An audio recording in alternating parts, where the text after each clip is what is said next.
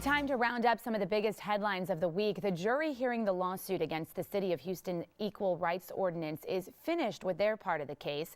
They had to rule on 6 separate issues involving the validity of signatures on petitions to repeal the ordinance.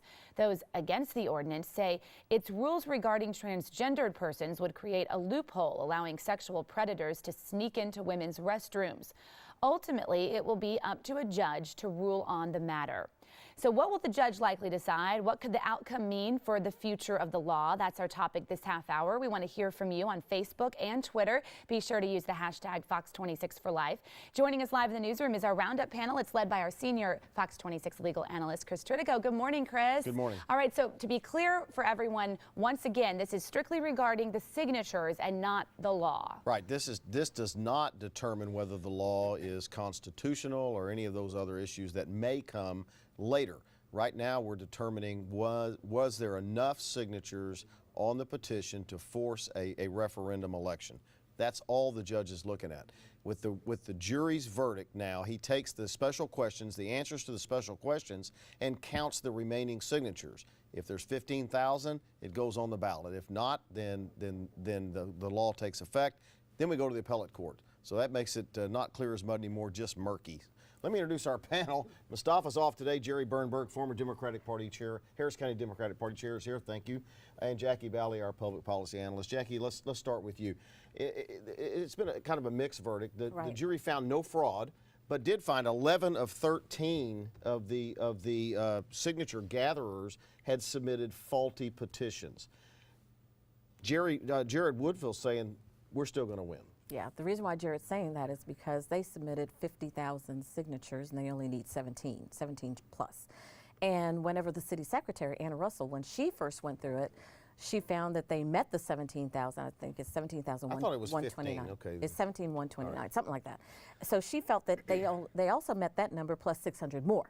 So Jared is feeling that even though some pages have been thrown out by the jury, once the judge starts looking at the signatures specifically, he will still have that number that they need. City says 11 of 13 of these signature gatherers submitted faulty petitions. Therefore, that's going to kick out enough to keep this from going on the ballot. Yeah, I mean, this is a really unsexy, that's right. purely legal deal, and it's a math issue at this point in time. The jury has gone through and said, this signature is valid, this signature is invalid, this signature is valid, this one's invalid, and Judge Schaefer simply has to bring out the calculator and figure out whether you're over the 11,000 or not, based on the information that, by the way, Anna Russell did not have. But I got to tell you, Chris, I heard the Republican lawyer claim, aha, we're so happy because we think the judge will disregard the jury's verdict and rule in our favor. Ain't gonna happen. No. After that jury sat through 7 days of testimony and 6 days of deliberations, there is no chance in the world that the judge is going to disregard the jury's findings. The finding of no fraud was really significant for the plaintiffs, I think, because that would have knocked out the bulk of the signatures and been a total win for the city. No, the bulk of the signatures are knocked out anyway. That's only a moral Pyrrhic victory. It says, well, yeah, they messed up and they didn't follow the law, but the reason they didn't follow the law was not because they were trying to defraud people into thinking the pages were other than they were. If the fraud holding had been found, then all of the signatures would have been disallowed. As it were, there are still thousands and thousands of signatures which have been determined to be invalid. What about that? Yeah, the fact that they have so many more than the 17,000 that they need is what they're holding on to. And the fact that there was no fraud involved means that they can keep those numbers, keep the numbers that they said that were not tampered with. So that does help them because they had so many more than the number that they had required that they had to turn in.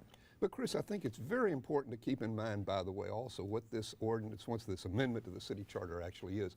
It is not simply a GLBT rights ordinance. It's one that prohibits discrimination across the board in everything from you can't discriminate against veterans, you can't discriminate on the basis of race, ethnicity, religion, and just one component of it is sexual orientation. Jackie, I want you to respond to that in a minute because I think that's an important topic. But I want to go to Sally. She's monitoring our social media. Okay, let's take a look at some of the tweets that are out there right now. The first couple from Maranice Parker herself. She says plaintiffs wanted the jury trial in an attempt to stop the ordinance. Jury agreed with city invalidating signatures for forgery and errors. She says now that the jury has weighed in, Hero, as it's known, is back before the judge for a final ruling. And then this person says if the ordinance had a Facebook relationship status, it would be it's complicated. So that pretty much sums it up there. What do you think about the mayor saying that she believes, you know, this jury ruled in favor of the city despite the mixed verdicts? Right, and I think it's just too early to tell, because it really, as Jerry said, and I think that it's the correct statement, it's really a math issue right now, and the judge got to get his slide rule out and count all the rest of these signatures, and we'll see where it goes. But I want to get back to what Jerry was talking about there. Sure. Jackie, and that's, you know, the plaintiffs are attacking a very small piece of this ordinance that is broad-based and protects so many other people. Well, whatever the plaintiff's real case is, we're going to find out in the appeal, because regardless of how the judge comes back with his ruling, we're assuming somebody's going to appeal it. So we will actually find out what is the basis. You that. I know, we all can. So we'll find out the basis in their argument then.